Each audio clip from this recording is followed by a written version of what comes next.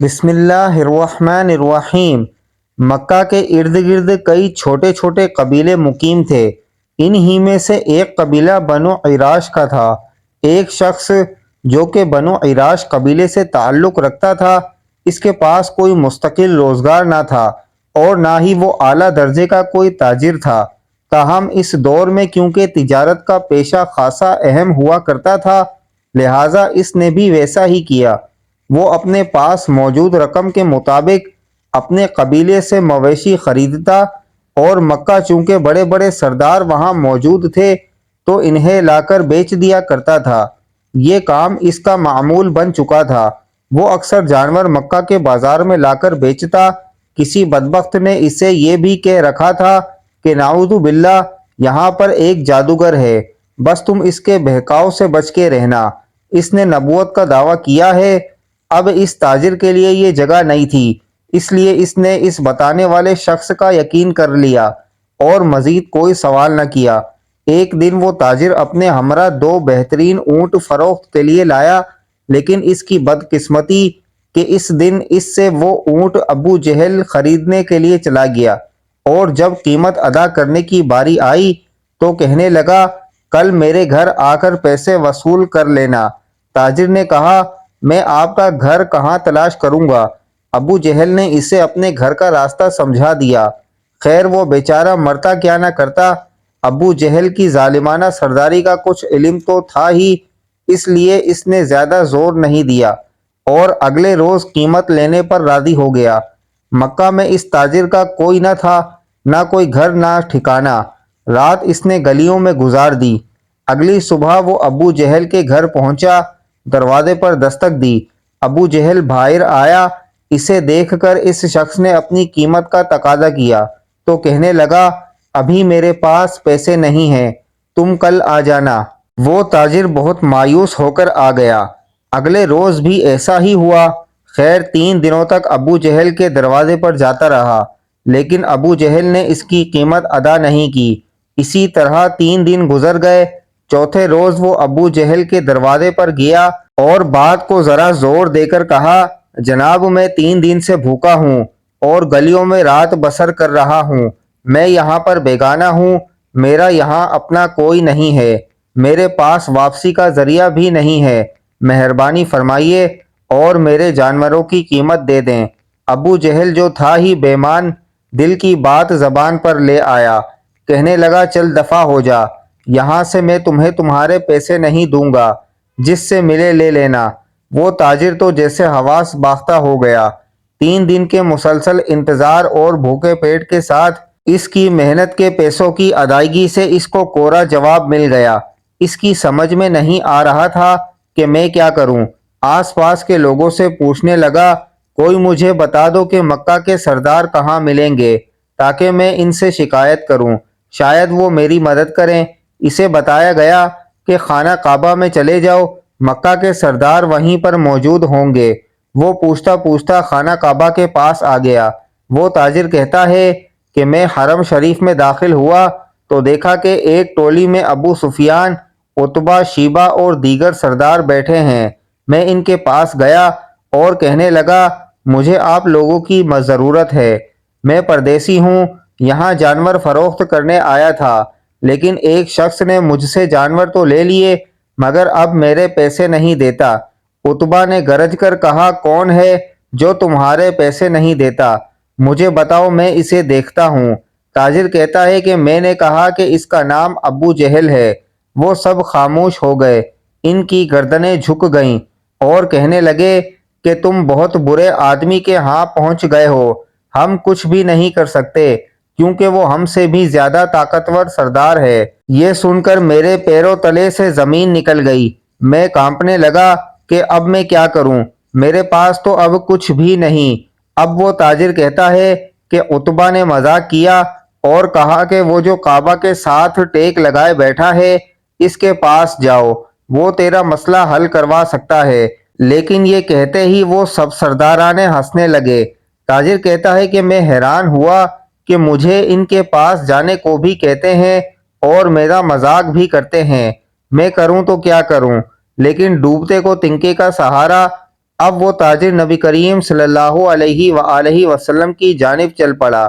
وہ آپ کو نہیں پہچانتا تھا، لہٰذا اس نے آپ کو وظائف پڑھتے دیکھا تو ایک طرف بیٹھ گیا، یہ سوچ کر کہ جب آپ فارغ ہوں گے تو وہ عرض کرے گا، مگر سبحان اللہ، شان مصطفیٰ صلی اللہ علیہ وآلہ وسلم کے جیسے ہی وہ آدمی پیچھے آ کر بیٹھا، آپ نے اپنا رخ اس کی طرف پلٹ لیا اور صرف دو باتیں کہیں، فرمایا پردیسی لگتے ہو اور پریشان معلوم ہوتے ہو۔ وہ تاجر کہتا ہے کہ مجھے ایسا لگا جیسے مجھے میری بچھڑی ماں مل گئی ہو۔ ان کی شفقت اور پیار دیکھ کر میری آنکھوں سے آنسو کی لڑیاں بہہ نکلیں۔ جیسے ہی میری آنکھوں سے آنسو نکلے، آپ علیہ الصلوۃ والسلام نے نہ میرا نام پوچھا اور کام، بلکہ میرے کندھے پر تھپکی دی اور فرمایا فکر نہ کر، تو جیسے کہے گا تیرا کام ہو جائے گا۔ حضور صلی اللہ علیہ وآلہ وسلم نے میرا بازو تھاما اور مجھے گھر لے آئے، ایک ٹوٹی چٹائی پر مجھے بٹھا دیا اور میرے لیے اپنے مبارک ہاتھوں سے ایک پیالے میں کھجور اور دودھ پیش کیا۔ میں 3 دن کا بھوکا تھا، میں نے پیٹ بھر کر کھانا کھایا۔ جب کھا چکا تو مجھ سے فرمانے لگے، اب مجھے بتاؤ تمہارا کیا مسئلہ ہے؟ میں نے سارا ماجرا بیان کر ڈالا۔ وہ فرمانے لگے، فکر مت کرو، وہ خود تمہارے پیسے دے گا۔ مجھے اپنے ہمراہ لے آئے اور ابو جہل کے دروازے پر پہنچے۔ دستک دی، دروازہ کھلا، سامنے ابو جہل تھا۔ اسی لمحے میں نے اپنے پیارے محبوب عالم اسلام کی جھکی ہوئی نظروں کو اڑتے ہوئے دیکھا۔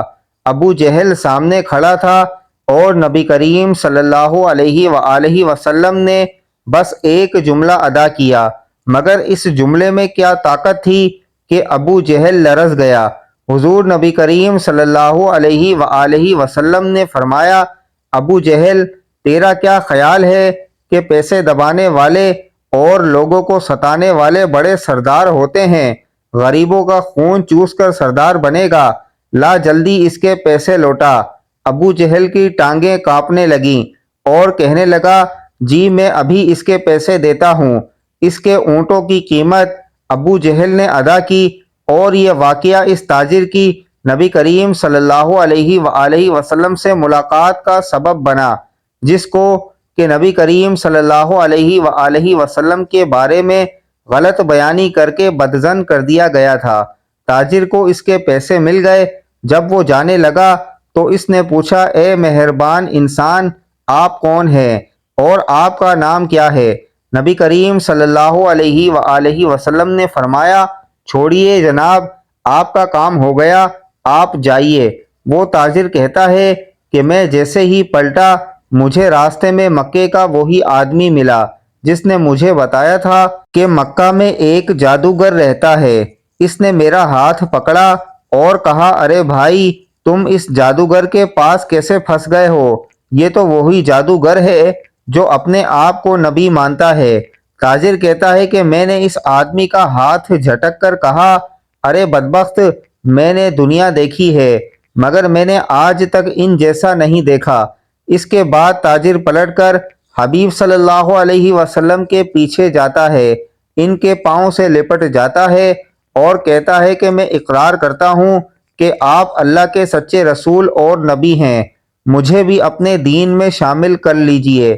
اس طرح نبی پاک صلی اللہ علیہ وآلہ وسلم اس کو کلمہ پڑھاتے ہیں اور وہ مسلمان ہو جاتا ہے۔ اس واقعے میں ہم سب کے لیے بہت بڑا سبق موجود ہے، وہ یہ ہے کہ کیا وہ آدمی اپنے پیسوں کے ملنے کی وجہ سے مسلمان ہوا؟ نہیں، بلکہ اس کے پیسے مل چکے تھے، وہ جانے والا تھا، لیکن جس چیز نے اس کے دل پر اثر کیا وہ تھے نبی پاک صلی اللہ علیہ وسلم کے اعلیٰ اخلاق، آپ کا اعلیٰ کردار اور آپ کی بے پناہ شفقت۔ یہی وہ چیز تھی جس نے اس کے دل کو پگھلایا اور اس نے اسلام قبول کر لیا۔ تاریخ اسلام پر اگر نظر دوڑائیں تو کسی بھی آدمی پر زبردستی نہیں کی گئی، کسی کو بھی زبردستی مسلمان نہیں کیا گیا، بلکہ جتنے لوگ نبی علیہ الصلوۃ والسلام پر ایمان لائے، جتنے لوگوں نے اسلام قبول کیا، اور ان کے پیچھے وجہ صرف ایک تھی، نبی پاک صلی اللہ علیہ وآلہ وسلم کے اعلیٰ ترین اخلاق۔ اس لیے قرآن پاک میں ارشاد ہے کہ ہم نے نبی پاک صلی اللہ علیہ وآلہ وسلم کو اخلاق کے اعلیٰ مرتبے پر فائز کیا ہے۔ نماز، روزہ، حج اور تمام نیکیاں اپنی جگہ، لیکن جس انسان کے اندر اخلاق نہ ہو اس کے لیے ساری نیکیاں کوئی معنی نہیں رکھتیں۔ اس لیے اپنے اخلاق کو بلند کیجیے، یہی وہ چیز ہے جو آپ کو لوگوں سے ممتاز کرتی ہے۔ اللہ اکبر۔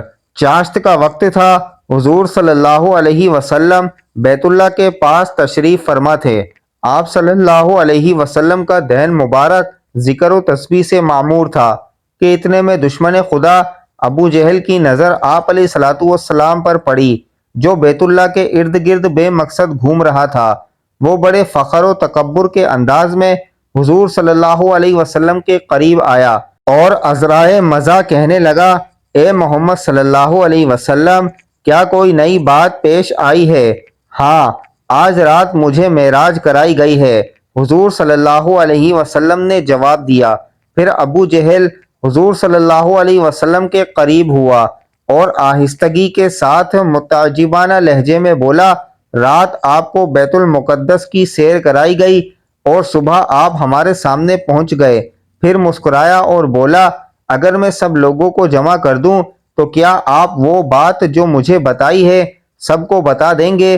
چنانچہ ابو جہل جلدی جلدی خوشی کے ساتھ لوگوں کو جمع کرنے لگا اور انہیں حضور صلی اللہ علیہ وسلم کی بیان کردہ بات بتانے لگا۔ لوگوں کا رش لگ گیا، لوگ اظہار تعجب کرنے لگے اور اس خبر کا ناقابل یقین خیال کرنے لگے۔ اسی دوران چند آدمی حضرت ابو بکر صدیق رضی اللہ تعالی عنہ کے پاس پہنچے اور ان کو بھی اس امید پر ان کے رفیق اور دوست کی یہ خبر سنائی کہ ان کے درمیان علیحدگی ہو جائے گی، کیونکہ یہ سمجھ رہے تھے کہ اس خبر کو سنتے ہی ابو بکر حضور علیہ الصلوۃ والسلام کی تکذیب کر دیں گے۔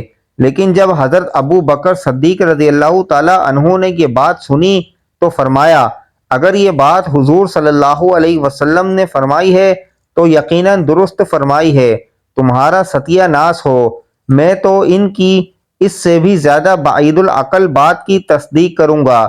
جب میں صبح و شام آپ صلی اللہ علیہ وآلہ وسلم پر آنے والی وحی کی تصدیق کرتا ہوں تو کیا آپ صلی اللہ علیہ وسلم کی اس بات کی تصدیق نہیں کروں گا کہ آپ صلی اللہ علیہ وسلم کو بیت المقدس کی سیر کرائی گئی ہے۔ اس کے بعد حضرت ابو بکر صدیق رضی اللہ تعالی عنہ اس جگہ پہنچے جہاں حضور صلی اللہ علیہ وآلہ وسلم تشریف فرما تھے اور لوگ آپ صلی اللہ علیہ وسلم کے ارد گرد بیٹھے تھے اور حضور صلی اللہ علیہ وسلم بیت المقدس کا واقعہ بیان فرما رہے تھے۔